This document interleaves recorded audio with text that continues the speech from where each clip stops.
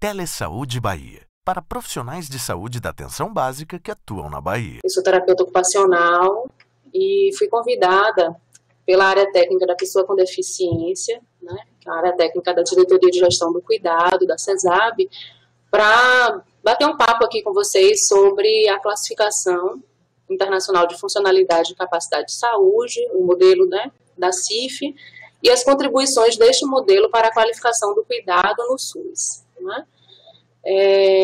Já faço parte do quadro da CESAB, estou lotada na Diretoria de Vigilância e Atenção à Saúde do Trabalhador desde 2007, e já há algum tempo estou vinculada ao grupo de pesquisa Saúde, Trabalho e Funcionalidade, onde a gente tem utilizado a CIF na área da saúde do trabalhador, e eu vou procurar aqui trazer para vocês um pouco de algumas sistematizações e reflexões que nós temos feito, né, a partir desse estudo, desse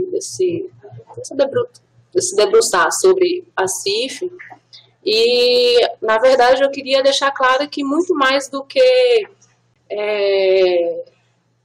discutir a classificação no seu detalhe, né, e a codificação, eu queria que a mensagem que ficasse aqui nesta aula é que é preciso a gente compreender o que é que esse modelo traz para a gente, né? Qual é a mensagem que o modelo da CIF traz e como a gente pode aproveitar esse modelo para repensar as nossas práticas, né? E ampliar a nossa atuação e poder qualificar o cuidado que é prestado ao usuário do Sistema Único de Saúde. Então, a gente vai passar aqui, acho que uma horinha conversando, e a ideia é que a gente possa, ao final, né, entender como que esse cuidado pode ser qualificado a partir deste modelo, né, pensando essa incorporação do modelo na construção dos projetos terapêuticos singulares. E aí a apresentação ela foi estruturada pensando aqui, a gente refletir um pouco sobre a necessidade de um alinhamento conceitual a partir desse modelo, trazer um pouco dos objetivos, a estrutura e os conceitos que o modelo traz, problematizar um pouco a funcionalidade e capacidade a partir da CIF, né? A gente escolheu duas situações para tentar ilustrar a codificação, mas assim, muito mais do que a codificação, a gente refletir sobre o modelo e trazer algumas recomendações de leituras que a gente pode estar aprofundando em outro momento, tá certo? Então aqui a ideia é que a gente possa contribuir com essa estrutura. Para início de conversa, né, é importante a gente perceber que existem inúmeras definições e conceituações, né, acerca da deficiência, da incapacidade. É preciso que a gente tenha essa compreensão e é preciso que a gente busque, na prática, esse alinhamento, né, porque a forma como eu enxergo uma pessoa com deficiência e eu, enquanto terapeuta ocupacional, o que a minha formação traz para mim, né, de condição para abordar aquela pessoa, eu vou ter um olhar que possivelmente um fisioterapeuta, um médico, vai ter um olhar um pouco diferenciado, muito direcionado à sua formação, à sua especialidade. E a ideia é que a gente possa compreender alguns conceitos e tentar fazer esse alinhamento para que a gente possa chegar a um nível de diálogo na equipe, porque a perspectiva que esse modelo traz é a atuação interdisciplinar. Então, é preciso que eu tenha a minha formação dentro da minha área, porém, eu preciso compreender aquele sujeito que se apresenta para mim com aquela condição de saúde, né, de uma forma alinhada com a equipe que vai tratar. Então, eu não posso olhar ele enquanto uma pessoa que tem uma deficiência e eu vou focar naquela deficiência, mas esquecer do resto, né, que envolve aquele sujeito. Então, a CIF ela vai contribuir para que a gente possa ampliar esse olhar, né, para o indivíduo, tentando perceber que as demandas que ele traz para a gente, elas extrapolam aquela condição de saúde, né? Não é aquela deficiência que se apresenta naquele momento que vai ser o que realmente é a demanda que ele tem para a gente pensar o plano terapêutico dele. Então, essas inúmeras definições e conceituações, elas podem ser divergentes, né? E elas vão estar sendo influenciadas pelo contexto de surgimento dela, né? Pelos pressupostos epistemológicos, pela sua finalidade e pelo paradigma, né? Então, a gente tem hoje ainda um modelo biomédico hegemônico que tende a orientar as práticas, né? Então, a gente pensar que a gente, a depender da definição e da conceituação que a gente traga sobre a questão da deficiência, da incapacidade, a gente pode ter uma ideia mais restrita, mais específica ou mais abrangente, né? Então, a gente tentar fazer esse alinhamento para que a gente consiga dialogar no processo de elaboração do plano de tratamento, né? Essa diversidade conceitual, ela constitui-se como um dos principais problemas no manejo da incapacidade, justamente porque diferentes perspectivas, elas vão orientar diferentes abordagens sobre o mesmo problema, né? E isso vai, de algum modo, causar alguns ruídos nessa comunicação. Pode, inclusive, inviabilizar a comunicação entre os profissionais que vão estar acompanhando a mesma pessoa, né? E aí a gente tende a ter práticas fragmentadas com uma baixa efetividade das abordagens terapêuticas, né? Então, essa abordagem da pessoa com uma incapacidade, ela vai... Eu queria repetir aqui, né? Termina que eu estou sendo um pouco repetitiva, mas porque a gente já viu na prática que essa falta desse alinhamento, ele traz uma série de consequências e compromete a qualidade do cuidado, né? Então, essa abordagem do indivíduo com incapacidade, ela é influenciada pelo modelo adotado como referência e a necessidade desse alinhamento conceitual para que a gente possa facilitar essa comunicação entre os atores que estão envolvidos nesse processo para o desenvolvimento de práticas articuladas e menos fragmentadas. E aí o modelo biopsicossocial, ele vem propor essa integração das dimensões, né, dessas diferentes dimensões, a biomédica, a psicológica e a social, na determinação da incapacidade. Então, ele entende a incapacidade como um fenômeno complexo, multideterminado, sem desconsiderar a importância dos fatores psicossociais na mediação da reação do indivíduo a uma determinada situação. Então, é importante assim, a gente considerar a subjetividade, né? Porque a subjetividade, ela pode, ela vai estar mediando essa reação da pessoa àquela condição. Mas a gente não pode focar apenas no indivíduo, né? A gente não pode perder de vista de que a incapacidade, ela é um fenômeno complexo, multideterminado, que transcende a questão da subjetividade. E as abordagens, esse modelo, né, ele traz uma abordagem centrada na atuação de uma equipe multiprofissional, uma atuação multiprofissional que seja feita de forma interdisciplinar, né, tendo em vista o reconhecimento das demandas da pessoa. A abordagem biopsicossocial é que fundamenta o modelo da CIF, né? Então, a Classificação Internacional de Funcionalidade e Capacidade de Saúde, ela é uma classificação de referência da Organização Mundial de Saúde, né, universal, e ela foi feita com base nesse modelo biopsicossocial de funcionalidade e capacidade. Ela é uma classificação de referência que tem como objetivo oferecer essa linguagem, né, essa padronização dessa linguagem a nível internacional, e traz um modelo que descreve a saúde e os estados relacionados à saúde. É importante que fique claro que, assim como a CIF, o CID, né, a CID é uma classificação de referência também da Organização Mundial de Saúde, porém, a CIF, ela não é uma classificação de uso exclusivo da área médica e da área da saúde, né? Então, justamente, o que a gente vai procurar abordar aqui nessa aula que essa classificação, da forma como ela foi estruturada, e esse modelo, né, que considera a dimensão biológica, mas traz também a dimensão social, psicológica, como dimensões que estão, de algum modo, interagindo e determinando a condição de capacidade ou incapacidade, de funcionalidade da pessoa. Ela pode ser utilizada na área da saúde, na área da ciência social, na área da educação, do direito. Então, ela não é uma classificação de uso exclusivo da saúde e de uso exclusivo da área médica. Ela pode ser utilizada por qualquer profissional que se debruce, qualquer área, né, técnica que se debruce e compreenda o modelo e possa utilizar. Então, o que é que ela traz para a gente, né? Essa classificação, ela vai fazer com que a gente mude o nosso foco, né? A gente não vai olhar para o indivíduo pensando na doença que ele apresenta, mas a gente vai olhar para o impacto que aquela condição, né, de saúde, seja uma doença, uma deficiência, ou uma própria condição de saúde, que a gente vai poder trazer um pouco aqui o que é essa condição de saúde, né, que a CIF traz, que é esse conceito, para que a gente possa compreender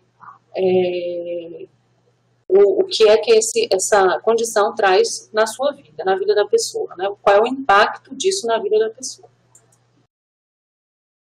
Então, essa abordagem do modelo da CIF, ele substitui esse enfoque negativo da deficiência e da incapacidade por uma perspectiva positiva, né? Ele traz para a gente essa ideia da funcionalidade, né? Então, assim, é preciso a gente perceber o que é que aquela pessoa, naquela condição, ela traz também de funcionalidade. O que é que ela tem de possibilidades que precisam ser estimuladas e que precisam estar sendo incorporadas nos projetos terapêuticos, né? A funcionalidade e a incapacidade dos indivíduos, eles, para a CIF, né, eles são determinados pelo contexto ambiental, onde as pessoas vivem. Então, eu vou mostrar para vocês o desenho desse modelo, né, o esquema que resume a proposta desse modelo, onde a gente vê a importância dos fatores ambientais e a gente poder olhar para esses fatores ambientais como sendo fatores que podem se constituir enquanto um facilitador, uma barreira, para que aquela pessoa naquela condição possa viver, né, e realizar suas atividades cotidianas. E representa uma mudança de paradigma, né, para se pensar e trabalhar deficiência e incapacidade, e no caso aqui, a gente pensar o cuidado, né, em saúde no SUS, constituindo um instrumento importante para a avaliação das condições de vida e a promoção das políticas de inclusão social. Então, só para que a gente possa compreender, né, e aí problematizar um pouco, será que o diagnóstico médico ele é suficiente para prevenir a incapacidade? Né? Uma pessoa que tem câncer de pele, né, que tem aquele CID, C43, independente do seu estadiamento, é uma pessoa que está no nível de incapacidade? Uma pessoa que tem um episódio depressivo, ou uma pessoa que tem o CID, né, da síndrome do túnel do carpo. Vamos pensar, duas pessoas com o mesmo CID, elas estão na mesma condição de capacidade ou de incapacidade, né? Será que o diagnóstico por si só, ele já traz para a gente essa compreensão de que, não, a pessoa que tem aquele problema, ela está numa condição de incapacidade, a pessoa que tem dor, ela é incapaz, né? Então, a CIF, ela vai trazer para a gente uma reflexão que extrapola essa compreensão a respeito do diagnóstico. Só para que a gente possa compreender, né, que a CIF e a CID-10, CID-10 que na verdade a gente sabe que a gente tem aí, acredito que esse ano, já autorização para a publicação da CID-11, né, que já está em fase de, acredito, de finalização, mas a gente ainda utiliza o CID-10. Então, o CID-10 e a CIF, eles são duas classificações de referência da Organização Mundial da Saúde que são complementares, né? Então, é importante a gente fazer uso das duas classificações. A CID-10, ela traz para a gente informações sobre o diagnóstico, mas a CIF, ela vai trazer informações sobre a funcionalidade, né? Então, quando a gente usa essas classificações nessa lógica complementar, a gente pode ter um quadro mais amplo sobre a saúde das pessoas, né? Então, duas pessoas com a mesma doença, né, elas podem ter diferentes níveis de funcionalidade, e duas pessoas com o mesmo nível de funcionalidade, elas não têm necessariamente a mesma condição de saúde. Então, a CIF, ela traz para a gente essa compreensão. Eu posso ter duas pessoas com o mesmo diagnóstico, o mesmo CID, porém, com condições de funcionalidade completamente diferentes.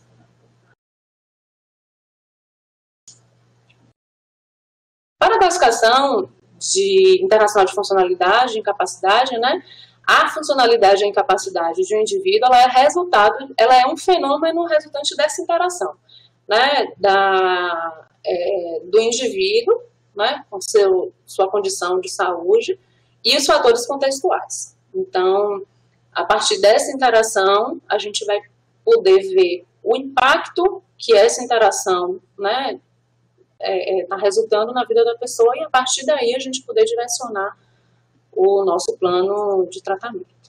Os objetivos da CIF, né, ela é uma classificação que ela, na verdade, ela pode trazer para a gente uma base científica, ela também estabelece essa linguagem comum para melhorar essa comunicação entre os profissionais, né, envolvidos com processos de reabilitação.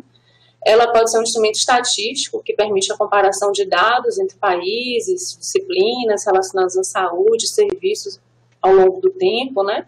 Até para a gente poder fazer comparações do antes e do depois, do processo de reabilitação da pessoa. E fornecer um esquema de codificação sistemático para os sistemas de informação em saúde.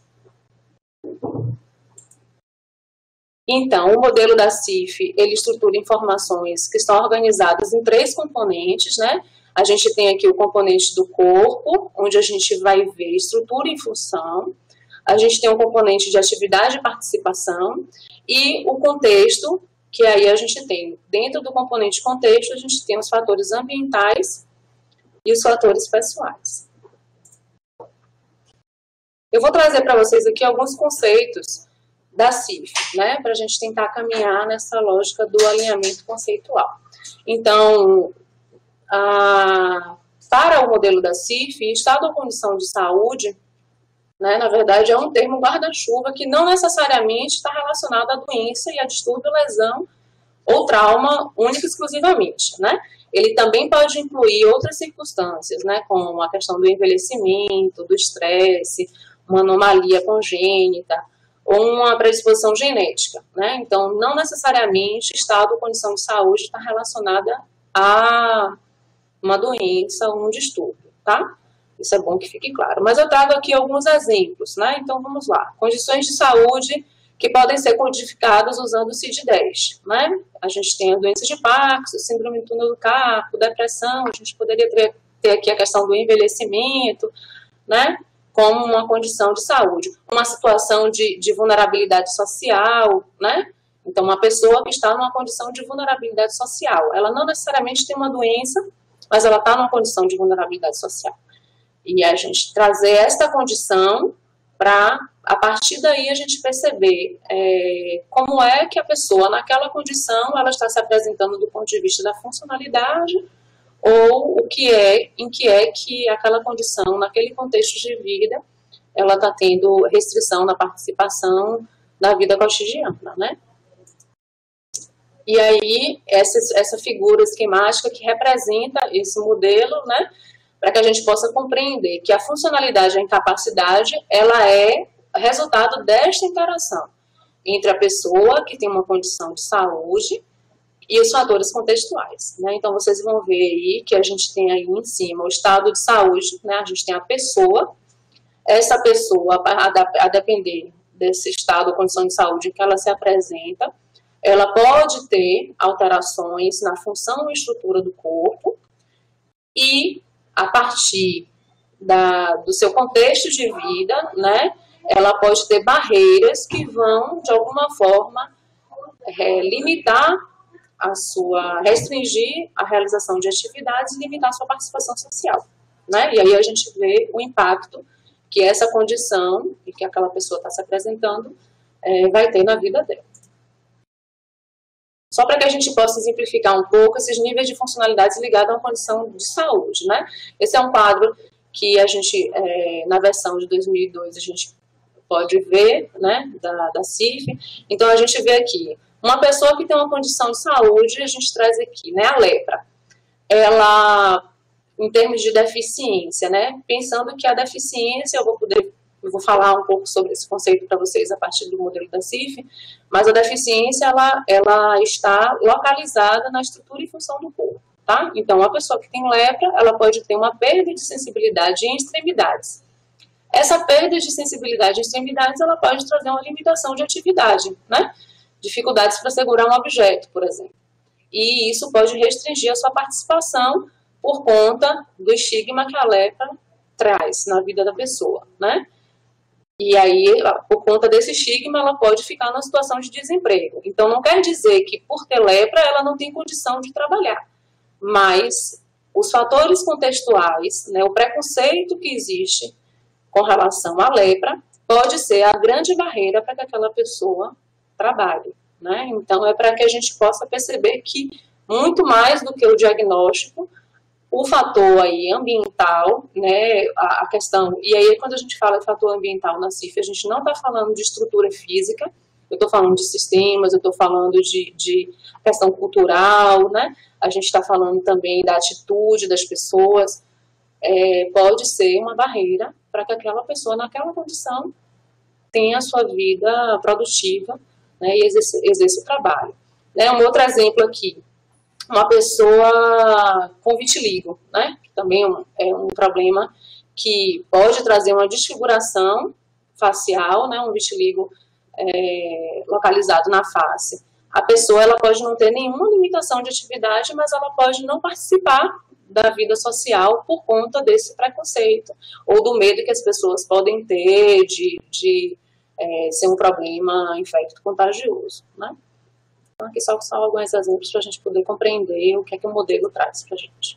Então, funções e estruturas do corpo, né? As funções corporais, para a CIF, todos os códigos relacionados à função corporal, eles vão ser identificados com a letra B de Bari, lembrando que a classificação da CIF ela é alfanumérica, tá? Então, para funções do corpo, a gente vai ter a letra B, que vai identificar todas aquelas funções fisiológicas do sistema do corpo, incluindo as funções psicológicas.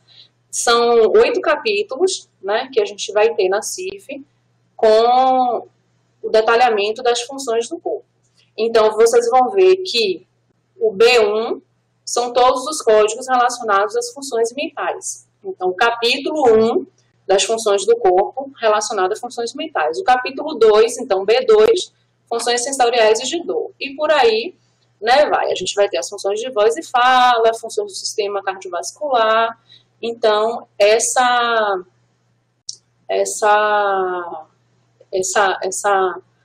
codificação usando a letra B, a gente está falando de função do corpo, e o número 1, 2, 3, 4, 5, 6, 7, 8 são os capítulos da função do corpo, tá? Para cada capítulo, uma função específica.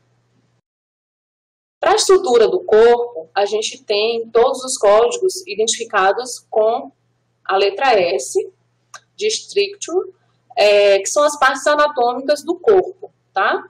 Então, a gente está falando de órgãos, de membros e os seus componentes. Então, se vocês compararem os capítulos da função do corpo e da estrutura do corpo, vocês vão ver que a gente pode fazer essa sobreposição. Então, nas estruturas do sistema nervoso, o S1, que é o capítulo 1 de estrutura do corpo, vocês vão ver que o B1, que é função do corpo, são as funções mentais, né?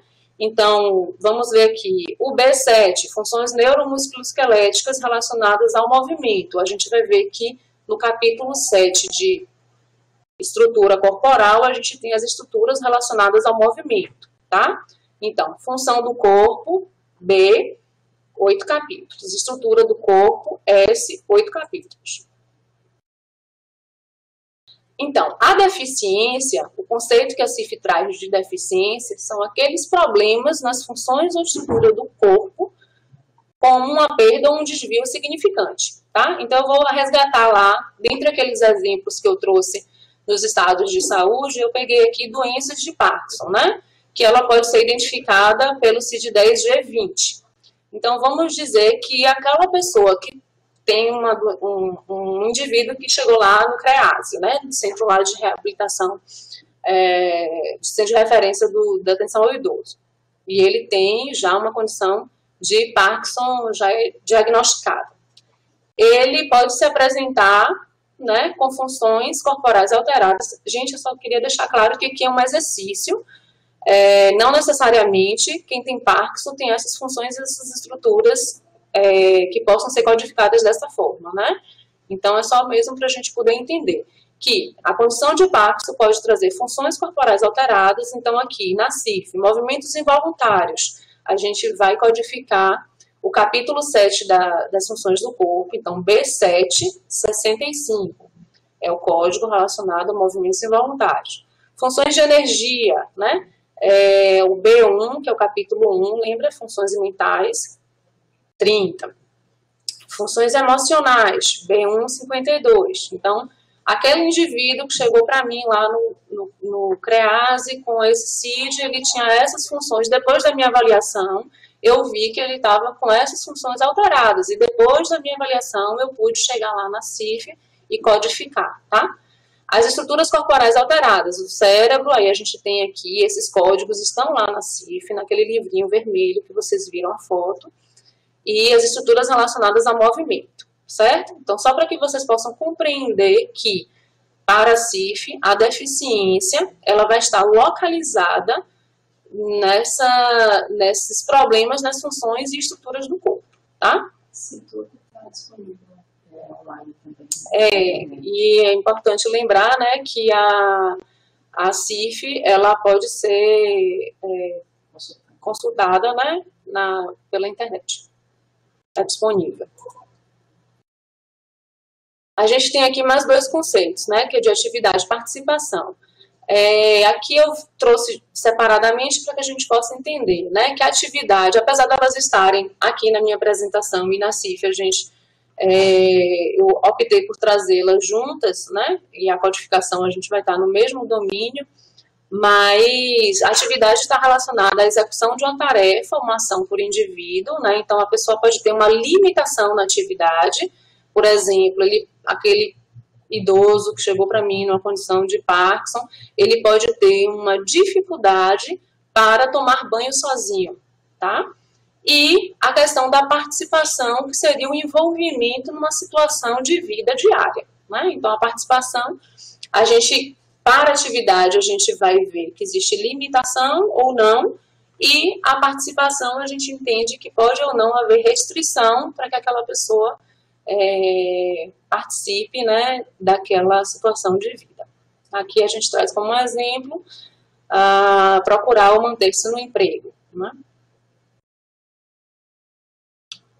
Então, o componente atividade e participação, a gente vai identificar na CIF com o código D, né, que a gente, na verdade, poderia trazer A de atividade e P de participação, mas aí a CIF traz esse domínio, até pelas possíveis divergências conceituais que possam existir entre países, né? O que para mim que para o Brasil pode ser atividade, em outra cultura pode ser entendida como participação. Então, a gente pode padronizar, usar junto atividade e participação com a identificação do D, que seria domínio, e a gente tem aqui 9 capítulos, tá? Dos códigos de atividade e participação.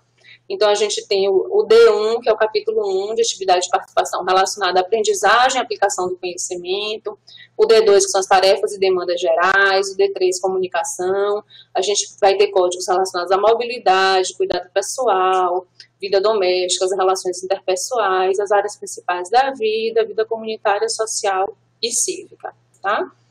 Aí a gente volta para aquele caso, né, do Parkinson. Então, a gente já viu aqui, eu juntei à esquerda funções e estrutura do corpo, que são aquelas mesmas que eu apresentei no slide anterior.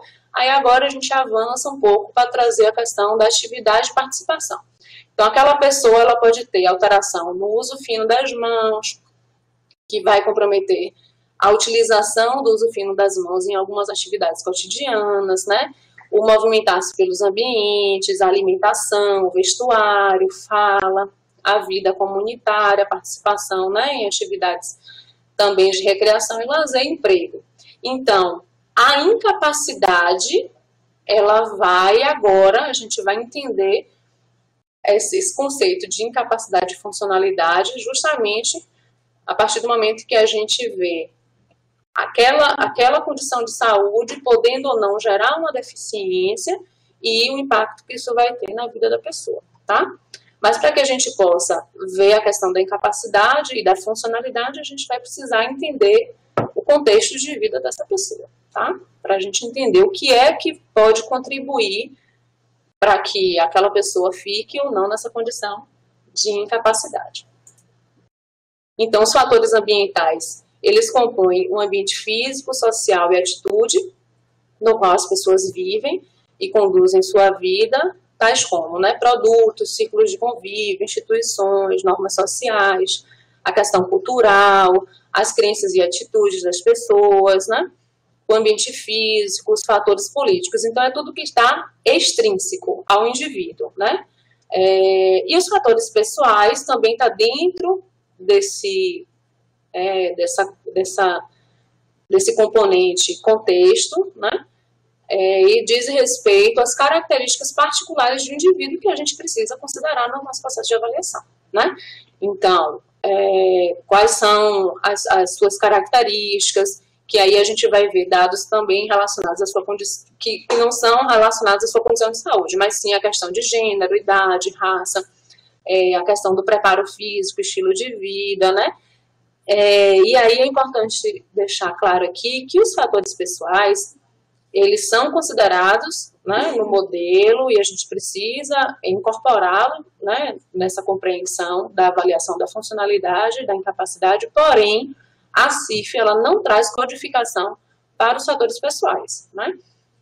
Pensando que ela é uma classificação universal, internacional, não teria como se criar códigos pensando toda a diversidade, né, que a gente pode encontrar aí no mundo, e aí ficaria inviável a gente encontrar códigos que pudessem representar os fatores pessoais, tá? Então, a CIF considera os fatores pessoais, porém, aqui na CIF a gente não vai ter nenhuma codificação específica relacionada a esses fatores, tá certo? Então, o componente fatores ambientais, a gente vai identificar com a letra E são 5 capítulos, tá? A gente tem um capítulo de produtos e tecnologia, ambiente natural e mudanças ambientais feitas pelo ser humano, apoio e relacionamentos, atitudes, serviços, sistemas e políticas. Voltando para aquele caso, né, então a gente tem aqui uma pessoa que tem um estado de saúde de Parkinson, né, G20, com aquela deficiência localizada nas estruturas e funções do corpo, com limitações em atividades e restrições na participação, né, em vários domínios que a gente tem aqui nesse exemplo. E aí, quando a gente vai ver na história de vida daquela pessoa que foi avaliada, a gente tem ali fatores ambientais que são facilitadores, que são codificados, e a gente tem barreiras, tá? Então, a gente tem ali, naquele caso, o medicamento, ele é um facilitador importante, né? Mais 2. Depois eu vou poder mostrar para vocês um pouco desses qualificadores. A gente tem os profissionais de saúde também como facilitador, né? Naquele processo de reabilitação daquela pessoa. A cadeira de rodas, para aquele indivíduo, pode ser um facilitador, mas também a gente pode ter barreiras, né? Que aí pode estar relacionadas às atitudes da família, de amigos, sistemas e políticas de saúde, tá? Então, essas barreiras podem ser, quando a gente vai analisar aquele caso, a gente vai ver o que é que essas barreiras podem estar impactando, inclusive limitando a participação, a atividade da pessoa e restringindo a sua participação social. Os fatores ambientais, nesse caso, um homem de 68 anos, pardo, aposentado, que são dados que não são codificados na CIF. Mas aí eu tentei trazer aqui aquela figura do modelo, como se a gente, depois da avaliação, a gente colocasse aí, a partir dos conceitos que a CIF traz, para a gente poder compreender essa condição daquela pessoa que está se apresentando. E aí a gente entender que o plano de terapêuticos, né, eles não tem como ser um plano direcionado apenas pela condição de saúde, né? Eu não posso chegar e dizer, quem tem Parkinson vai ser submetido a tal tratamento, né? A gente precisa compreender realmente o contexto de vida daquela pessoa, em que esse contexto pode estar sendo favorecedor ou não para a sua condição de autonomia e independência no dia a dia, para a partir daí a gente traçar o plano de tratamento, tá certo?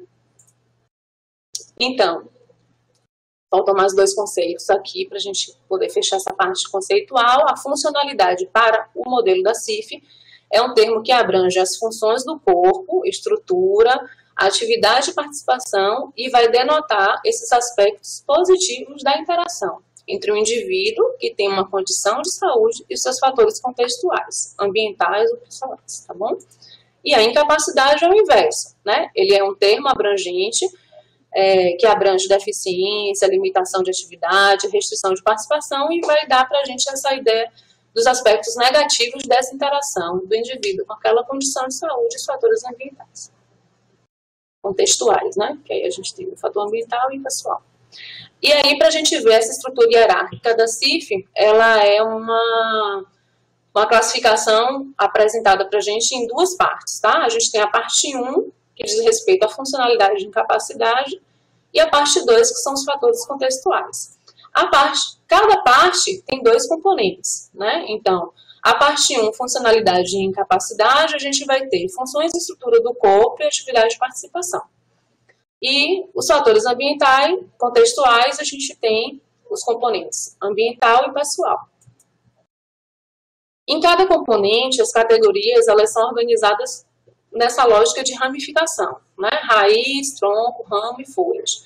Então, assim, é um esquema para que a gente possa compreender um pouco como é que se dá essa codificação, né? Então, cada componente, é importante que a gente saiba que ele pode ser expresso em termos positivos, e aí a gente pensar na funcionalidade, ou em termos negativos, e a gente pensar que os termos negativos vão dar para a gente essa ideia, a compreensão sobre a incapacidade. Então, a gente tem ali, eu vou trazer um exemplo aqui de funções sensoriais e de dor, que é o capítulo 2 de funções do corpo, né? Então, lembrando que B é a letra que representa todos os códigos relacionados a funções de corpo. 2 é o capítulo 2, funções sensoriais e dor. Então, a classificação de primeiro nível, ela vai dar para a gente justamente onde é que está esse domínio, né? Capítulo 2 de funções do corpo. Funções sensoriais e dor, visão, né? Eu tenho uma pessoa que tem uma alteração na visão. Na avaliação, eu vou ver que essa pessoa, ela tem vamos pensar numa pessoa que tem um daltonismo, né? Então, o nível 1, eu vou identificar funções sensoriais de dor. No segundo nível, eu tenho a visão e função relacionada, funções relacionadas à visão, que vai me dar esse código, B210. A codificação de terceiro nível já vai me dar um detalhamento, que essa alteração na função da visão está relacionada à qualidade da visão. Então, B2.10.2, funções da visão que envolve a sensibilidade, a luz, visão de cores, sensibilidade de contrastes e a qualidade geral da imagem. É importante deixar claro que isso aqui foi retirado da forma como está na CIF. Então, a gente vai encontrar ao lado de cada código a categorização, a classificação desse código, tá certo? E a gente fazer um refinamento ainda maior dessa codificação, chegando à questão da visão de cor. Então, aquela pessoa, ela tem uma função sensorial alterada que está relacionada à diferenciação e combinação de cores. Então, aí a gente vê que, de uma forma gradual, a gente pode chegar a uma classificação, apenas dizer, ela tem uma alteração na função da visão, mas a gente pode chegar a um refinamento dessa avaliação, chegando a esse detalhamento, né? E aí, na hora que a gente vai informar no relatório, por exemplo, Quando a gente colocar esse código B21021, o profissional que vai atender aquela pessoa em qualquer lugar do mundo vai saber que diz respeito à visão, à alteração na função da visão relacionada à visão de cores, tá certo? Porém, para que a gente possa avançar, não basta a gente classificar qual é o domínio que está, né, que componente que está alterado. A gente precisa mensurar, né? A gente precisa saber se é uma deficiência a nível de estrutura e função do corpo, se existe essa deficiência e que grau essa deficiência ela existe. É um grau leve, moderado, significativo ou até completa, né? Da mesma forma, aquela restrição na participação, ela é leve, é moderada, é considerável, é completa. Então, a gente agora vai entrar um pouco na questão dos qualificadores, que é o que vai dar para a gente a condição de avaliar realmente se existe uma alteração de funcionalidade e uma condição de incapacidade, tá? Então, os qualificadores, eles são códigos numéricos que eles vão aparecer depois da classificação.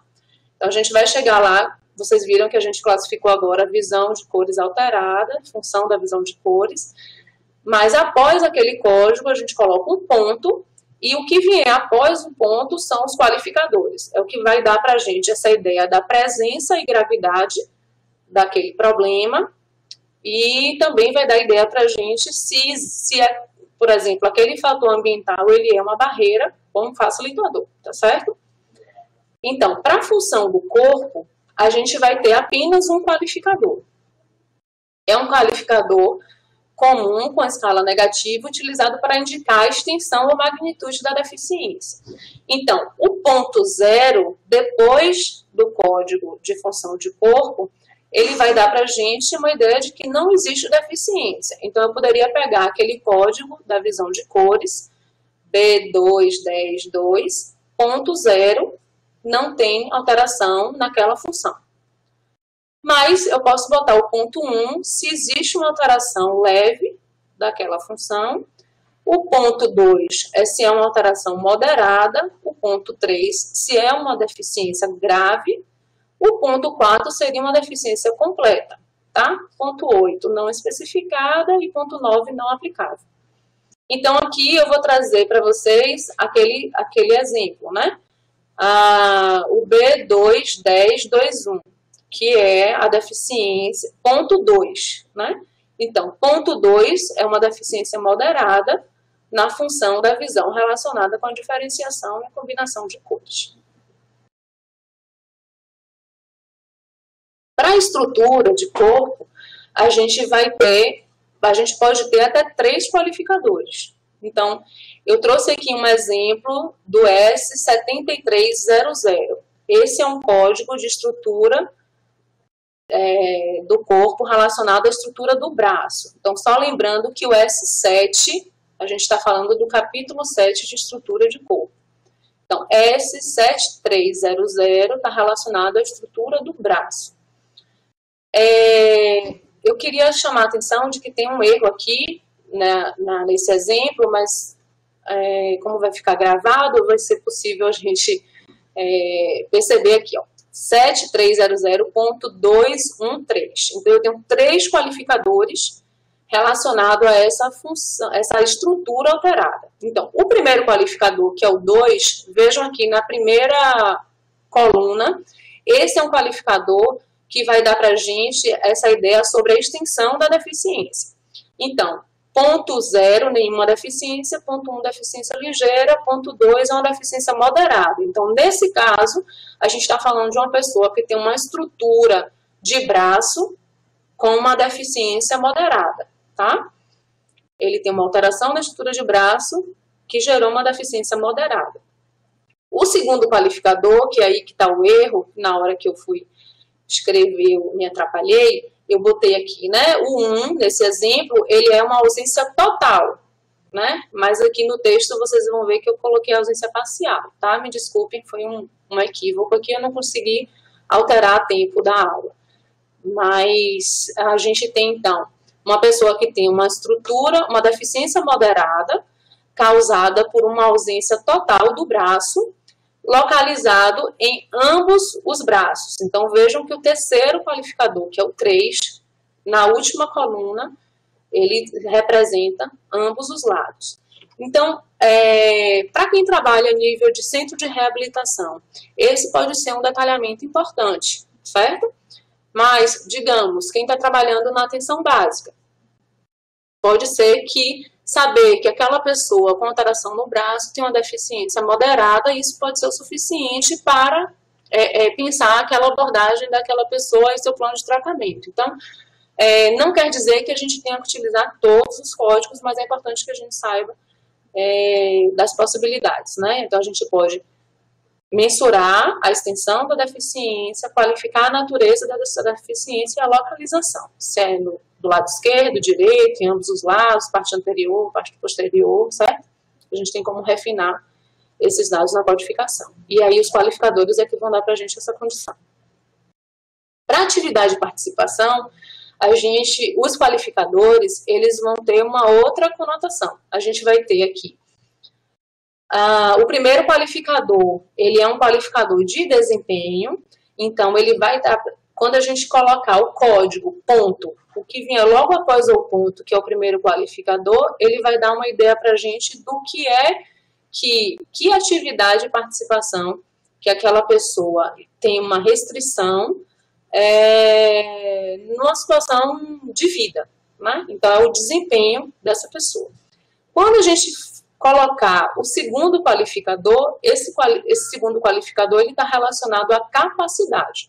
Então, é o nível máximo provável de funcionamento em um ambiente uniforme, em um ambiente padrão, né? Então, quando a gente usar o qualificador de capacidade, a gente desconsidera os fatores ambientais, né? Como se a gente pensasse assim, uma pessoa numa condição ideal, né? Então, digamos, o deslocamento de um cadeirante num ambiente uniforme padrão, de um centro de reabilitação, sem nenhum tipo de barreiras arquitetônicas, digamos. A gente vai pensar qual seria a sua capacidade máxima esperada naquele ambiente padrão uniforme. É diferente da gente pensar o seu desempenho lá na sua rua, onde ele precisa subir uma ladeira que pode não estar pavimentada, né, e se deslocar naquele ambiente completamente adverso. Então, quando a gente está falando de desempenho, a gente está considerando os fatores contextuais. Quando a gente está falando de capacidade, a gente está pensando no ambiente padrão uniforme.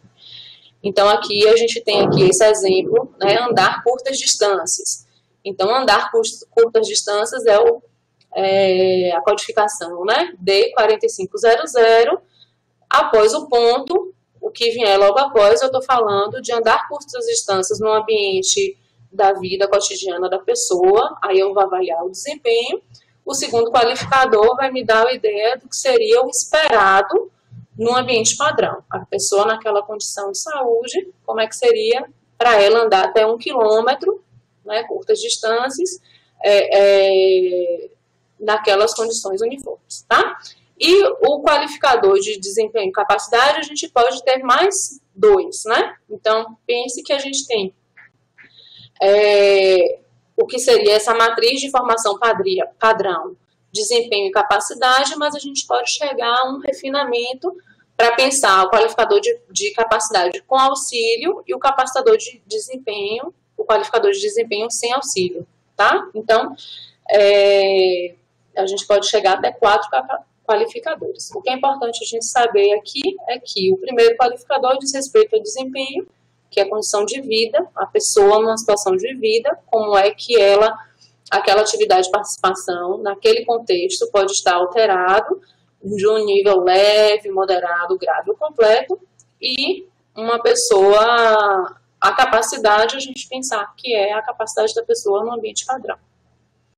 Isso serve para a gente, quem está trabalhando em centros de reabilitação, para a gente poder comparar, né? Como é a capacidade esperada dessa pessoa no ambiente padrão, o nível máximo de capacidade, na verdade, que ela tem no ambiente padrão e como é o seu desempenho. E aí a gente poder ver, poxa, ela tem uma capacidade X e o seu desempenho Y, né? A diferença entre desempenho e capacidade vai trazer para a gente informações com relação ao que é daquele contexto de vida que está comprometendo esse desempenho dessa pessoa, né? E a gente poder incorporar no nosso plano terapêutico, considerar esse fator para que a gente consiga trabalhar na lógica de remover essa barreira, né? E aí a gente avançar no processo de reabilitação da pessoa. Então, só para exemplificar aqui, né, o qualificador de desempenho e capacidade, ele vai trazer para a gente essa ideia de dificuldade, né, na realização de atividades e participação social. Então, nenhuma dificuldade, uma dificuldade leve, moderada, grave ou completa. Então, uma pessoa ela pode ter um desempenho 2, moderado, e uma capacidade completa, uma limitação, dificuldade completa na capacidade, né? Como também ela pode ter o contrário, ela pode ter o desempenho 4, completo, ela tem uma dificuldade completa, porém ela tem uma capacidade 2, né? Então aí a gente vai ver, não, tem questões do seu contexto de vida que estão comprometendo o seu desempenho. E aí a gente poder incorporar isso considerar no processo terapêutico. Os fatores ambientais, a gente vai ter aqui na codificação a qualificação dos fatores ambientais, e a gente vai ter aquele fator ambiental que vai ser uma barreira ou um facilitador. Então, por exemplo, medicamento, que é um exemplo que eu dei lá naquele caso do Parkinson, né? O medicamento, naquele caso, ele foi um facilitador mais 2, né? Então, depois do código, a gente coloca o mais e o 2. Isso quer dizer que é um facilitador moderado. Mas, se ele for uma barreira, o medicamento ele pode ser uma barreira, né? Então, tem medicamentos que eles podem trazer efeitos colaterais, tem medicamentos que podem trazer assim, uma condição de uma sonolência e a pessoa tem uma dificuldade de trabalhar em função daquele efeito colateral daquela medicação. Então, para um caso específico, aquele medicamento que pode estar tratando a sua dor, por exemplo, pode ser uma barreira do ponto de vista dela estar desperta e poder trabalhar, né? E aí, naquele caso, o medicamento ele pode ser mais 2, mas ele também pode ser uma barreira 2, né? Vai depender aí da situação. Então, se aquele medicamento ele é considerado uma barreira, a gente põe o ponto e após o ponto a gente vai ver. É uma barreira leve, moderada, completa ou grave. Mas não, ele é um facilitador. Então, a gente, ao invés do ponto, coloca o mais, depois do código, e aí a gente vai qualificar. É um facilitador leve, moderado, considerável, completo. Essa codificação e essa compreensão dos fatores ambientais relacionados à barreira e facilitador é importantíssimo para que a gente possa pensar o plano de tratamento, né? Então, o plano de tratamento ele vai ser guiado a partir daí. O que é que aquela pessoa traz para mim em termos de barreiras na sua vida, no seu cotidiano, que podem estar impactando negativamente na sua funcionalidade.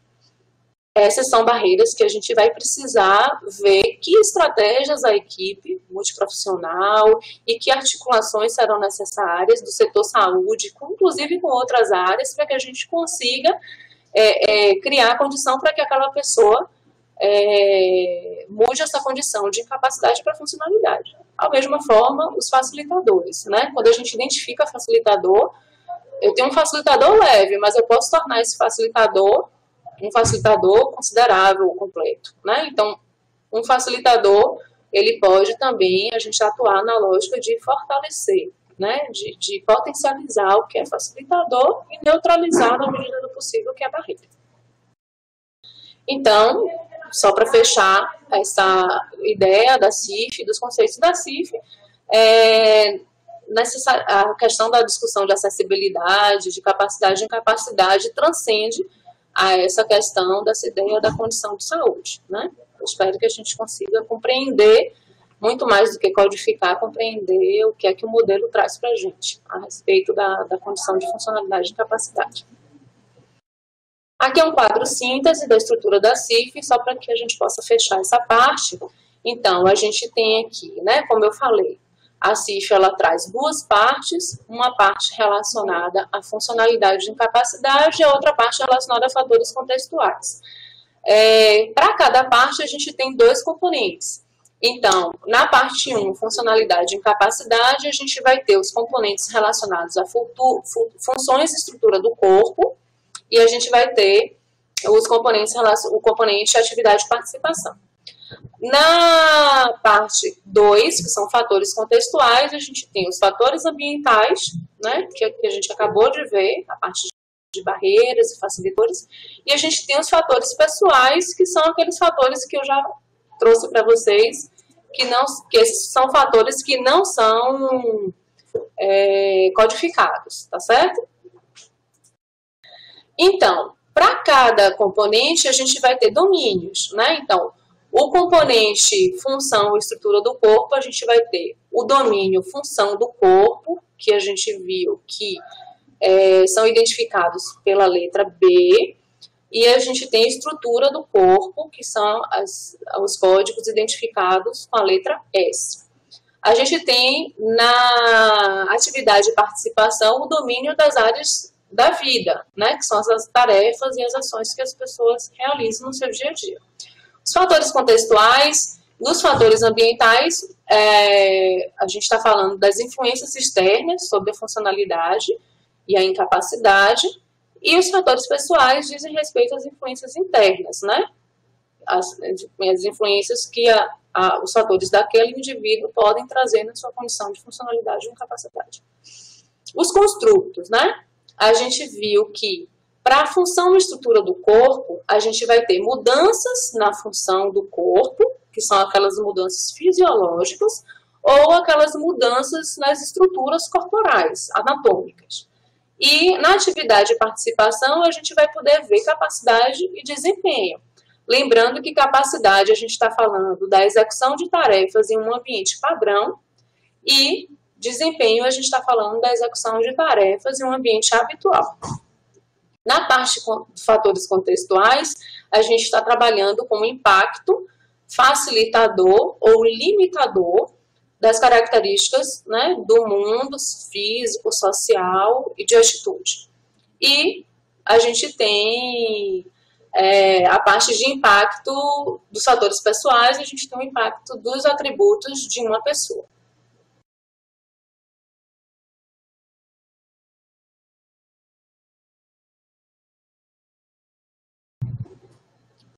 Então, a gente tem aqui os aspectos positivos que estão relacionados à funcionalidade.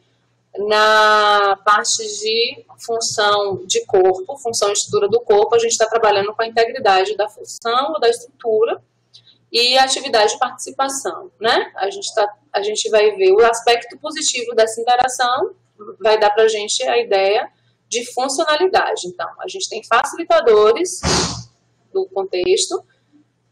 Na atividade de participação, apesar daquela condição e daquele grau de integridade da estrutura e da função. A gente está trabalhando com esse aspecto positivo, que é a funcionalidade. E o aspecto negativo, que a gente vai trabalhar na lógica de deficiência, limitação de atividade, restrição de participação e as barreiras do contexto, né? A gente vê aí a questão da incapacidade.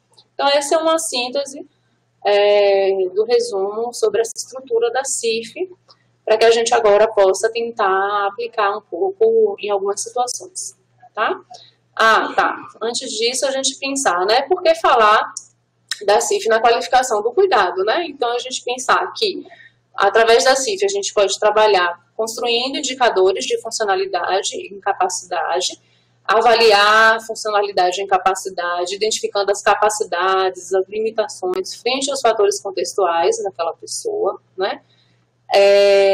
Como acredito que foi possível demonstrar a gente trabalhar com essa lógica dos projetos terapêuticos, planos terapêuticos individualizados, né? Então, eu preciso entender a história de vida daquela pessoa, daquele cadeirante que chegou lá no serviço, ele tem um transporte público adequado, ele tem uma condição financeira que lhe permite ter um transporte particular para ir naquele serviço, né? Eu preciso entender, ele tem uma casa acessível, não tem, então a gente precisa compreender aquela pessoa que se apresenta naquela condição e como é que está a sua vida, como é o seu contexto de vida, e aí pensar não só a questão da sua vida, do convívio familiar, né? Pensar também nos sistemas e políticas de transporte, de saúde, de previdência daquele lugar onde aquela pessoa mora, que pode ser um facilitador, uma barreira.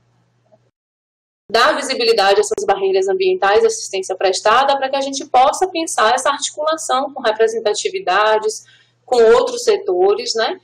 Porque a saúde sozinha ela não vai dar conta do problema, né? Então, deu para a gente perceber que a condição da funcionalidade de incapacidade ela está para além da condição de saúde, né? Do estado de saúde da pessoa. Ela depende desses outros fatores para que a gente possa, inclusive, dialogar.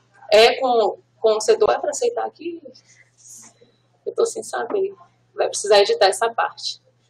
Eu estou sem saber se eu aceito ou não, porque está travando. Pois sim. Permitir, né? Todos? Por permitir, porque eu acho que elas que estão tentando entrar, né? Então, a gente precisa dar visibilidade a essas barreiras ambientais e assistência prestada para que a gente possa pensar que tipo de articulações o setor saúde vai precisar fazer, né?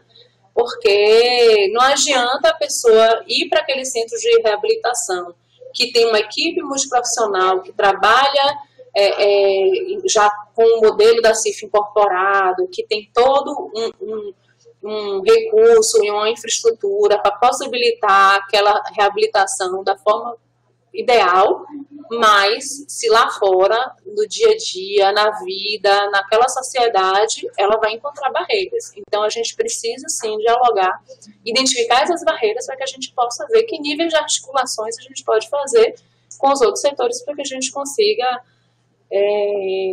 realmente ter um plano efetivo.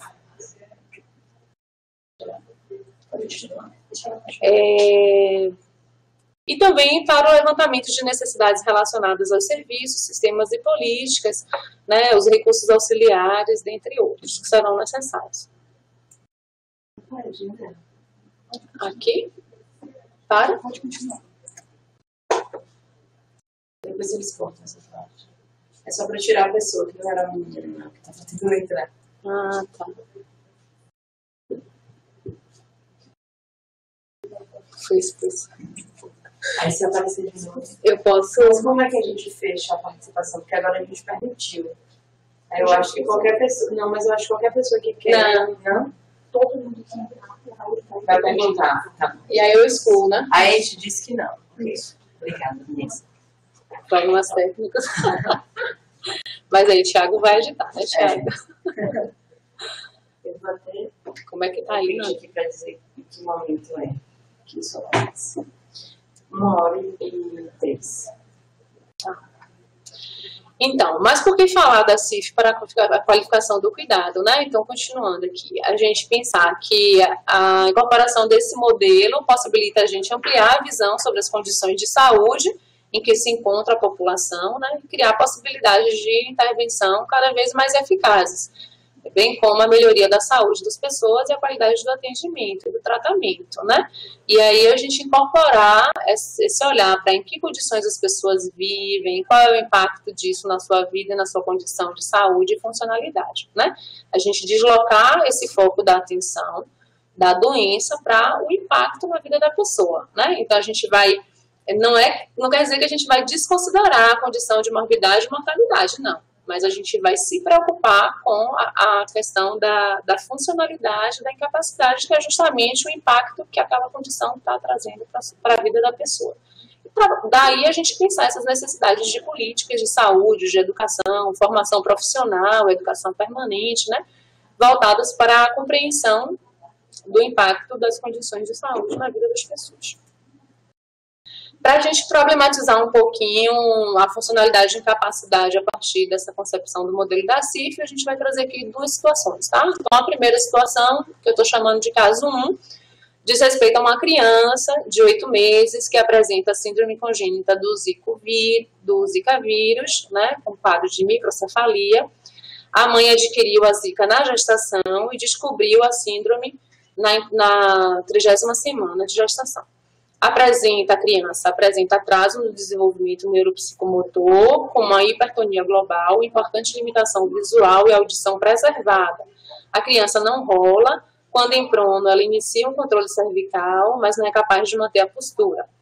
Não se apresenta irritada, o sono e a alimentação também não tem alterações. A mãe trabalha fazendo biscate, tem dificuldade de adesão ao acompanhamento, né, da criança na unidade de saúde e também no centro de reabilitação, porque ficam distantes do seu domicílio e ela não dispõe de uma linha direta de ônibus, né? Apesar de ser uma mãe muito cuidadosa, a criança falta muitas consultas da puericultura e está com a vacinação atrasada, além dessa frequência irregular na reabilitação. Não recebe apoio de outros familiares que rejeitaram a criança por conta da sua aparência e o pai da criança abandonou a família logo após o nascimento da criança, tá? Então, assim, essa é uma síntese de uma história, né, que a gente construiu a partir da nossa prática, né, do dia a dia de serviço, para a gente tentar ilustrar, depois que essa avaliação e essa síntese da história foi feita, a gente tentar representar isso na CIF, né, codificando a partir da CIF. Então, a gente viu que o estado de saúde daquela criança de 8 meses, né, ela é uma criança com microcefalia, tem aí o CID, né, relacionado a essa malformação congênita do sistema nervoso. Essa criança, ela vai ter alterações na estrutura do corpo, então essas alterações aqui foram identificadas a partir de exames de imagem, né, avaliação física e tal, e aí a gente viu que existia uma alteração a nível de estrutura de cérebro e de estrutura da região de cabeça, e pela avaliação que foi feita, que a gente trouxe na síntese dessa história, eu vou trazer aqui o que é que está representado nessa síntese, a gente viu que ela tinha atraso no desenvolvimento neuropsicomotor, então a gente viu que tinham funções psicomotoras alteradas, a gente tinha a questão da hipertonia global, e aí a gente codificou como funções relacionadas ao controle dos movimentos voluntários, importante limitação visual, então as funções da visão alterada, audição preservada, então não tem alteração da audição, sono também sem alteração, alimentação também sem alteração, tá? Então, vejam que o que está sem alteração, eu já coloquei aqui o ponto 0, que traz para a gente essa ideia de que não tem deficiência nesta função, tá? Atividade de participação. Então, essa criança não rola, então o fato dela não rolar, e aí a gente viu o código transferir-se enquanto deitado, é uma limitação completa, lembra lá do ponto 4, né? Então o qualificador 4, que é uma dificuldade completa. Quando em prono, ela inicia o controle cervical, mas não é capaz de manter a postura, né? Então ela também, não só a transferência, mas o rolar também, né? Esse código relacionado a rolar, ele está na CIF Criança e Jovens, que inclusive a nova edição da CIF, eu acho que já está incorporando os códigos que foram criados para criança e jovem, tá? Isso é uma coisa que a gente precisa buscar depois dessa atualização. E manter a posição do corpo também, ela tem uma dificuldade completa para manter essa posição. Os fatores ambientais, naquela história, daquela criança, a gente viu que sistemas e políticas de transporte público é uma barreira considerável, né? Ponto 3. Os serviços, sistemas e políticas de saúde também tem sido uma barreira, porque não estão dando conta, em função de outras situações, né? Para o tratamento daquela criança. Apoio e relacionamentos, família imediata. A gente viu aí um pai que abandonou uma família, tios e tal, que depois do nascimento da criança se afastaram, então isso é uma barreira completa. e atitudes individuais de membro da família. Então, a gente, tanto a questão de apoio quanto de atitude, a gente, das pessoas, e principalmente família imediata, a gente viu que nessa síntese dessa história era uma barreira completa. Porém, essa criança tinha como facilitadores importantes o apoio e relacionamento, no caso aí da mãe, né, que é uma pessoa muito cuidadosa, que apesar das dificuldades, ela é quem está trazendo condições para que essa criança tenha uma sobrevida, né, e as atitudes individuais dessa mãe também, né, então não só o apoio, mas as atitudes da mãe como facilitador mais 4. E aí o plano de reabilitação dessa criança incorporar aí não só aquilo em que a gente precisa dar conta em termos das suas demandas neuromusculoesqueléticas, do seu desenvolvimento neuropsicomotor, mas também essas questões relacionadas aos fatores ambientais que precisam ser olhadas para que essa reabilitação ela se faça efetiva. Um outro caso, né, um caso de um homem, 23 anos, negro, paciente de visita domiciliar, né, de uma equipe da Estratégia de Saúde da Família, ficou paraplégico após ser atingido por arma de fogo. Apresenta mobilidade em tronco e membros superiores, chegou a fazer reabilitação logo após a saída do hospital. Entretanto, no último ano, ele permaneceu restrito ao leito, dependente na maioria das AVDs, com exceção da alimentação. Ele mora em uma casa pequena, cujo acesso se dá por meio de uma escadaria íngreme e irregular. Sua mãe é idosa e, apesar das limitações, por conta da idade, é quem assume todos os cuidados necessários no seu dia a dia. Se depender da mãe, né, o rapaz, Martin, ele não retoma o seu convívio social na comunidade porque ela tem medo que o mesmo retome o uso das drogas e a participação no tráfico, que foi o que gerou para ele essa condição, essa situação atual de paraplegia. Então, aí a gente tem um jovem negro, 23 anos, com quadros de paraplegia, com a estrutura, né, de medula espinhal, com uma alteração completa, né, ficou paraplégico depois de ter sido atingido por arma de fogo. As funções do corpo, que apresentam mobilidade em tronco de membros superiores, mas ele permanece restrito ao leito. Então, a gente tem alterações de funções musculares e movimentos, aí, principalmente em membros inferiores, né, comprometidos. As atividades de participação, né, ele está restrito ao leito, dependente na maioria das AVDs, exceto a alimentação. Então, o andar, o lavar-se, cuidados relacionados aos processos de excreção, vestir-se e outras atividades, né, ele está aí com uma dificuldade considerável ou completa, à exceção da alimentação, que ele não tem nenhuma dificuldade. Fatores ambientais, a gente tem aí tanto barreiras do ponto de vista da geografia física, do local onde ele mora, né, e isso dificulta a sua acessibilidade, serviços de arquitetura e construção, pensando aí seu domicílio e seu bairro, produtos e tecnologias para mobilidade e transporte pessoal, e as atitudes individuais dessa avó, né, que apesar de ser cuidadosa, ela de algum modo está limitando ele e de alguma forma reforçando essa condição dele de limitação em casa, para que ele não retome esse convívio social pelo medo que ela tem de que essa retomada do convívio social possa trazer ele de volta para o mundo das drogas e do tráfico, né? E como facilitadores, a gente tem serviços, sistemas e políticas de saúde, né, de serviços de reabilitação que foi feito logo após o episódio, o apoio dessa avó e a atitude dessa avó, que apesar do seu medo e de ser uma barreira para a integração e ressocialização dessa pessoa, é quem tá no dia a dia dessa pessoa, contribuindo para que ele possa realizar suas atividades de automanutenção, atividades da vida diária. Para finalizar, é bom deixar claro aqui que a gente está lançando aqui uma semente, tá?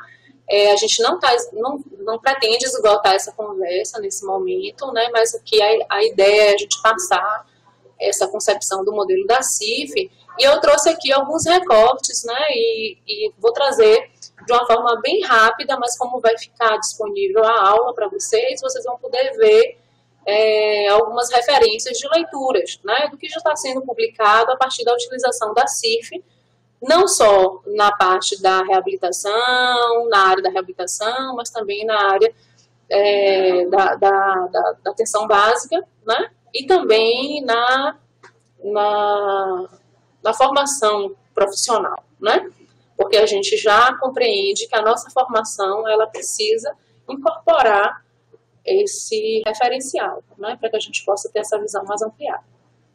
Então, aqui a gente tem um livro, né, Relatos de Experiências de Inclusão Social a partir da CIF. Esse é um livro escrito por uma terapeuta ocupacional, que traz duas partes. Uma primeira parte, onde ele traz esses conceitos e perspectivas da CIF, né, muito do que a gente já pôde falar aqui, e uma segunda parte em que ele vai trazer, a partir de relatos de experiências de inclusão social, a aplicabilidade desse modelo, tá? Então, é um livro que reúne, assim, relatos bem interessantes, quem tiver a oportunidade de ler. Aqui a gente tem alguns artigos, né, que estão disponíveis na internet. Então, a utilização da CIF na elaboração de tratamento fisioterapêutico em grupo para idosos com osteoartrite, participantes do projeto Boidade, né? E aí os autores trazem essa construção de planos terapêuticos voltados para a funcionalidade dos idosos, a partir da identificação do nível do desempenho desses idosos, né, que têm osteoartrite, com a utilização da CIF, do checklist que foi criado da CIF, né? A gente tem também aqui percepção de familiares de crianças e adolescentes com alterações de linguagem, a utilização da CIF, né, um estudo que foi feito com familiares de crianças com alteração da linguagem, e eles trazem, sim, como considerações a importância do uso da CIF, no caso foi usado a CIF criança-jovem, né, como um instrumento de análise na atenção à saúde, ao incorporar aspectos da funcionalidade e participação, proporcionando subsídios para a construção de projetos terapêuticos singulares.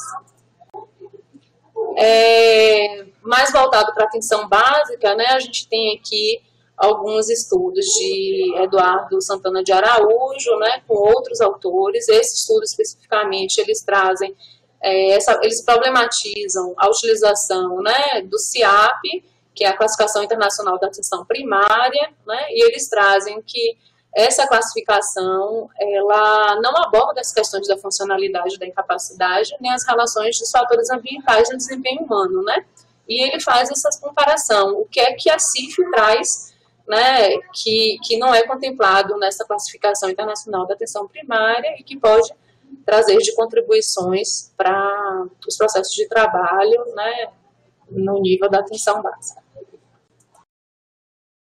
O site CIF Brasil, ele tem muitas publicações, tem uma revista científica, CIF Brasil, né, que vale a pena, tem muitas publicações, tem algumas que eu vou trazer aqui, alguns recortes. Então, a aplicação da CIF por agentes comunitários de saúde, né,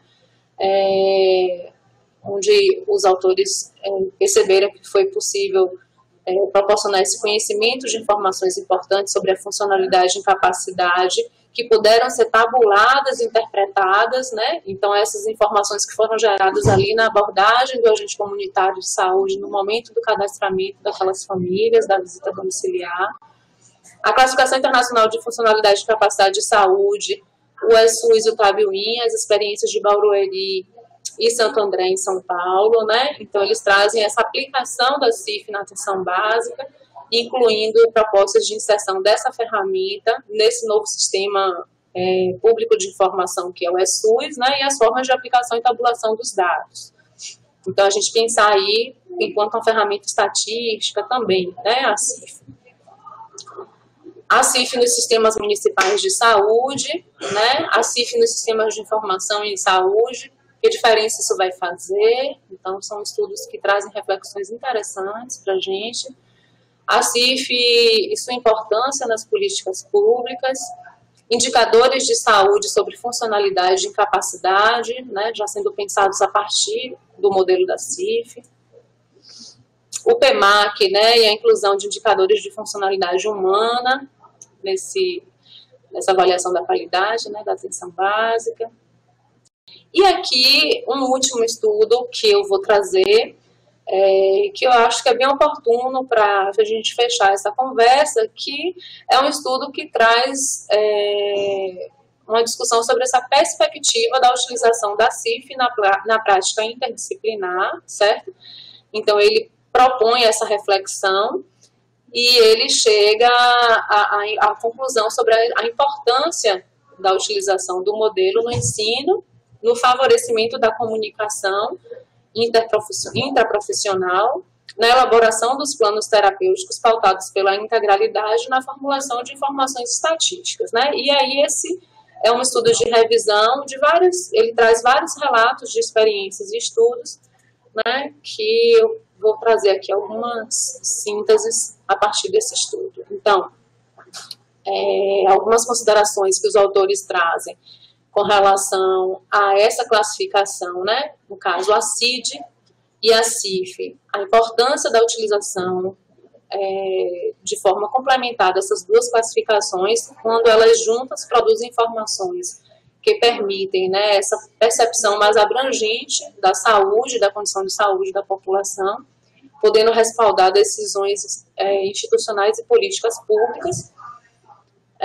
O que a gente já trouxe aqui na apresentação, né, de que a CIF ela permite essa abordagem ampla, multidisciplinar, integral e centrada no indivíduo, e ela também é uma importante ferramenta epidemiológica e clínica, né, que permite o compartilhamento de informações entre a equipe multidisciplinar, ela contribui para a estruturação do processo terapêutico, planejamento e avaliação de objetivos, além de permitir a documentação e registro das condições de saúde, possibilitando a padronização da mensuração de resultados, né, e favorecendo a melhor gestão das intervenções das equipes de saúde.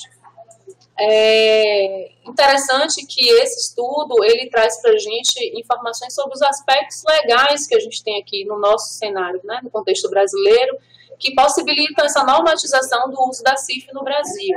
Então, eles fazem referência à Resolução 452 do Conselho Nacional de Saúde, né, publicada em 2012, que dispõe sobre o uso da CIF no Sistema Único de Saúde e na saúde suplementar.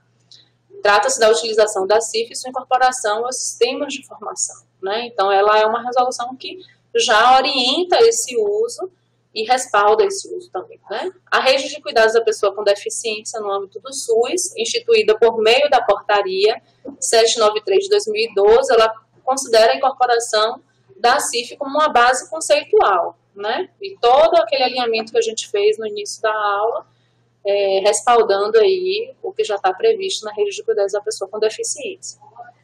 O Programa Nacional de Avaliação de Serviços de Saúde, né, inclui também o uso da CIF como um dos itens de verificação da rotina dos centros de especialização, os centros especializados em reabilitação. Né, além disso, a gente sabe que as diretrizes nacionais curriculares, né, de muitas profissões já orientam a incorporação dessa visão, dessa perspectiva biopsicossocial, já desde o processo de formação profissional, né? No caso da terapia ocupacional e da fisioterapia, por exemplo, a gente tem o nosso Conselho Federal, né? A gente tem já a resolução que fala sobre a utilização da CIF, a incorporação da CIF nas práticas terapêuticas ocupacionais e fisioterapêuticas, né? E eu acredito que as outras profissões também já estejam caminhando com essa orientação. Então, com relação à interdisciplinaridade e à CIF, os autores eles problematizam esses prejuízos que a fragmentação do cuidado proporcionado pela disciplinaridade, né, ele traz, e essas divergências, né, que a gente pôde abordar no início, essas diferentes concepções e o impacto que isso pode ter no cuidado da pessoa. Então, a gente tem o mesmo problema, muitas vezes, sendo abordado de formas diferentes e divergentes, né? Então, a atuação profissional, ela termina sendo fragmentada, hierarquizada e compartimentalizada, constituindo-se como um entrave para a construção da integralidade, né, que é uma das diretrizes do SUS. Então, a gente precisa caminhar no sentido de superar essa limitação. Os autores defendem a CIF como essa classificação que possibilita esse estabelecimento da linguagem comum e que favorece a comunicação entre os diferentes profissionais e referenciam experiências publicadas, né, que vão dialogar com essa concepção. E aí eu vou trazer aqui para vocês essas referências que eles trazem. Então, eles trazem o estudo de Andrade, Ferreira e Hassé, que descreve a utilização da CIF na elaboração de planos terapêuticos únicos, né, a partir de um caso de um adolescente pós-AVC, e eles apontam o potencial da utilização da CIF na prática interdisciplinar e no planejamento conjunto da reabilitação. Tem um outro estudo aqui de Rimmer, que fala da utilização da CIF para descrever fatores associados à reabilitação de pessoas com deficiência, com ênfase para a importância dos aspectos ambientais para adesão à atividade física e aos programas de reabilitação. Então, aqui vale a pena, quem tiver interesse, entrar e buscar esses artigos para poder ver as contribuições que cada um deles traz, né? Então, a gente tem Silva e outros autores que, a partir de uma experiência em Minas Gerais, eles vão abordar a intervenção precoce, transdisciplinar e articulação intersetorial, proporcionadas a partir da CIF, e vão ver que foi possível estabelecer metas de planejamento para o diagnóstico precoce e atuação conjunta com os agentes comunitários de saúde por meio das unidades básicas de saúde, né? Bem interessante essa articulação com a atenção básica. Jorgensen traz a atuação com populações em situação de vulnerabilidade, e aí é um estudo voltado para refugiados, né? E ele traz a aplicação da CIF em equipe multiprofissional com populações de refugiados, permitindo essa descrição da capacidade física e mental daquelas pessoas naquela condição de refugiado, compreendendo de uma forma mais global as necessidades dessas pessoas, né? Que estão relacionadas à questão da comunicação e à questão da própria inserção social. E aqui a gente tem também o uso da CIF em propostas pedagógicas da graduação com estudantes nos Estados Unidos, né, de 9 áreas de atuação, onde eles procuraram, a partir de casos clínicos, né, discutido com estudantes das diferentes áreas, e eles puderam perceber que a partir da CIF foi possível ter uma análise mais holística desse caso, com a promoção da consciência dos alunos quanto às contribuições de cada disciplina para o cuidado com o paciente, né, favorecendo esse trabalho em equipe. Então, o trabalho em equipe ele é indispensável no processo de reabilitação, e esse estudo ele vai demonstrar isso, né. Aqui também a gente tem o estudo de Siniman, Von e Clark, que traz o uso da CIF por estudantes de graduação em medicina em estágios clínicos rurais para o gerenciamento de pacientes e a capacidade dos estudantes no desenvolvimento de planos de cuidados interprofissionais, né? E aí eles veem essa questão da abordagem centrada no paciente, reforçando a importância do contexto, da consideração do contexto no processo de reabilitação. Os pacientes sentiram-se escutados e cuidados, né? Então, a escuta para além da queixa, para além do problema, né? Onde a gente procura ampliar essa escuta para o impacto que aquilo está trazendo na vida da pessoa, né? E aí eles trazem nos relatos dos pacientes a importância dessa escuta cuidadosa e sensível, e os preceptores destacaram, né, nesse estudo as vantagens desse cuidado interprofissional, que traz uma maior eficiência e integração entre os profissionais da equipe. Tem também aqui mais 2 estudos. Um estudo que traz de Câmara, né, a Oficina de Educação Interprofissional para a Residência Multiprofissional, onde, a partir da realização de oficinas, né, na residência multiprofissional, com estudantes da áreas da fonoaudiologia, psicologia, terapia ocupacional, farmácia, enfermagem, fisioterapia, para o exercício da prática colaborativa centrada no indivíduo, né? E aí a CIF, ela possibilitou essa ampliação do olhar dos alunos sobre as condições de saúde e aproximou os olhares dos diversos profissionais, facilitando a comunicação e a elaboração de um raciocínio clínico compartilhado, centralizado no indivíduo. Antônio e Sigolo, eles trazem a incorporação da CIF na rotina do serviço da PAI de Bauru, e aí eles trazem esse estudo, traz essa questão da CIF enquanto instrumento de interpretação das condições de saúde, possibilitando um processo avaliativo mais amplo, com a otimização do tempo da equipe para realizar relatórios, favorecendo a interdisciplinaridade e demonstração mais clara das fragilidades da pessoa, possibilitando a elaboração de projetos terapêuticos singulares, na perspectiva da CIF. E aqui, acho que o último estudo que é citado por Bis e Lima e Machado, que diz respeito à incorporação da CIF na rotina do serviço da PAI de São Carlos, através do uso de checklists, né, que são listas resumidas, desenvolvidas pela equipe multiprofissional de acordo com o processo de trabalho deles. E nesse estudo eles viram que foi possível estabelecer uma rotina de avaliação em fases propostas no ciclo de reabilitação, né, foi proposto pela equipe, que envolvia avaliação inicial, atribuição de qualificadores, estabelecimento do plano terapêutico e uma reavaliação do caso, a ampliação do raciocínio clínico nas diversas áreas, com problematização e ampliação do olhar do contexto do indivíduo como um fator preponderante no processo de recuperação e inclusão, né, dos pacientes, estabelecendo também planos terapêuticos individualizados e programas terapêuticos embasados nas reais necessidades de cada pessoa.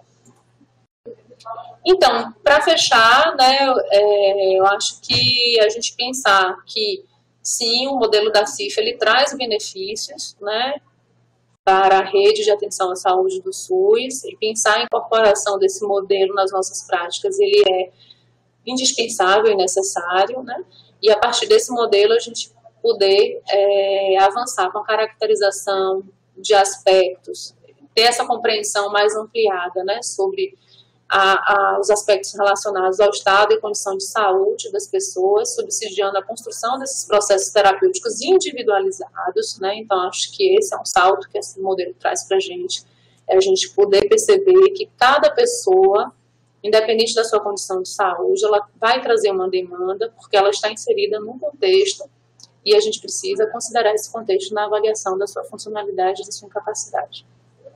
Considerar esses fatores contextuais e o impacto que ele traz na vida da pessoa, para que a gente possa reconhecer, né, quais são esses facilitadores que essa pessoa já tem no seu contexto de vida, que possam ser potencializados, e quais são as barreiras que a gente pode, no processo de reabilitação, tentar neutralizar, eliminar ou até amenizar, né, o efeito dela na vida das pessoas. A avaliação e monitoramento da pessoa em diferentes momentos do processo de reabilitação, inclusive para a gente pensar, olha, a pessoa ela chegou e no momento da avaliação inicial ela se apresentou com essas demandas. É possível que no curso do processo de avaliação surjam outras demandas. É possível que no processo de avaliação barreiras se tornem facilitadores, facilitadores se tornem barreiras, é possível que surjam novas barreiras ou novos facilitadores, e a gente precisa estar atento a isso, né? Porque às vezes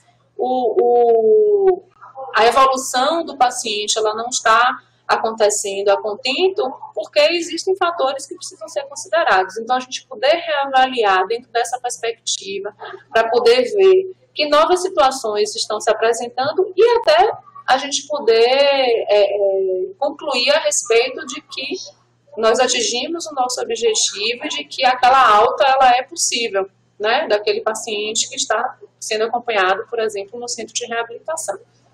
Então, uma pessoa que chegou numa condição de incapacidade na sua área de desempenho da vida diária, né, ou inclusão escolar, ou até inserção no trabalho, e a gente consegue, de algum modo, criar situações e ajustes que possibilitam essa pessoa a ter autonomia na sua vida, mesmo que de alguma forma, utilizando alguns recursos auxiliares, mesmo que sendo necessários algumas adaptações, mas ela consegue fazer.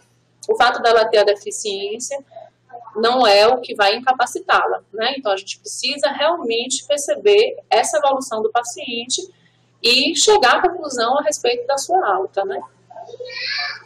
E a parte, o que trazem os autores, né, nesse último estudo, que incorporar o modelo da CIF é atender o que está sendo estabelecido na Resolução 452 de 2012, sobre a incorporação efetiva da CIF ao Sistema de Informação em Saúde no Brasil, e para a obtenção de dados epidemiológicos e de assistência que contemple a funcionalidade, contribuindo assim para avançarmos rumo a um modelo de atenção e cuidado ampliado e interdisciplinar. Né? Com certeza a gente tem outros benefícios e outras situações que merecem ser atentadas e consideradas. Como eu falei no início, essa não é uma conversa que a gente consiga esgotar em 1 hora, 2 horas de aula, mas eu acho que a semente está lançada, esse é um primeiro momento. Parabenizar a iniciativa da Câmara Técnica, né, da área técnica da pessoa com deficiência, em estar proporcionando esse diálogo, e queria me colocar à disposição para outras conversas e que a gente possa cada vez mais fortalecer esse diálogo na rede. Agradecer, aqui tem algumas referências que foram utilizadas para essa apresentação e citadas também, vão ficar aqui disponíveis para a rede, tá bom? É isso. Obrigada e vamos lá, arregaçar as mangas e trabalhar aí para incorporar essa perspectiva na nossa prática e tornar realmente a assistência e o cuidado no SUS, ao usuário do SUS, né, a gente poder qualificar esse cuidado. Obrigada e bom dia. Lugar e a qualquer hora. É fácil e sem complicação. Se você é integrante de equipe de saúde da família, núcleo de apoio à saúde da família, consultório na rua, mais médicos, programa Saúde na Escola e Academia da Saúde, se conecte com a gente, por internet, telefone ou pessoalmente. O Telesaúde pode apoiar você profissional na qualificação da atenção básica, através dos serviços de teleconsultoria. Permite que os profissionais da atenção básica recebam esclarecimentos sobre procedimentos clínicos, ações de saúde, materiais educativos, organização e gestão. A plataforma funciona de 2 formas, por texto ou por vídeo. Acesse o nosso site e cadastre-se. Segunda opinião formativa. Um banco de dados com respostas baseada nas perguntas e respostas das teleconsultorias, construídas com base em revisão bibliográfica, nas melhores evidências científicas e clínicas, selecionadas a partir de critério de relevância e pertinência às diretrizes do SUS. Teleeducação. São atividades educacionais que utilizam as ferramentas tecnológicas como meio para apoiar a formação de trabalhadores do SUS de acordo com a Política Nacional de Educação Permanente em Saúde, através de cursos, módulos educacionais, web-aulas, web-palestras em modalidade à distância. Telediagnóstico.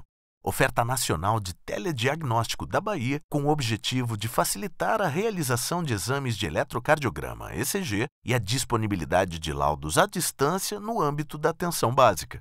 Os resultados dos exames de ECG serão disponibilizados em no máximo 2 horas. Telesaúde BA.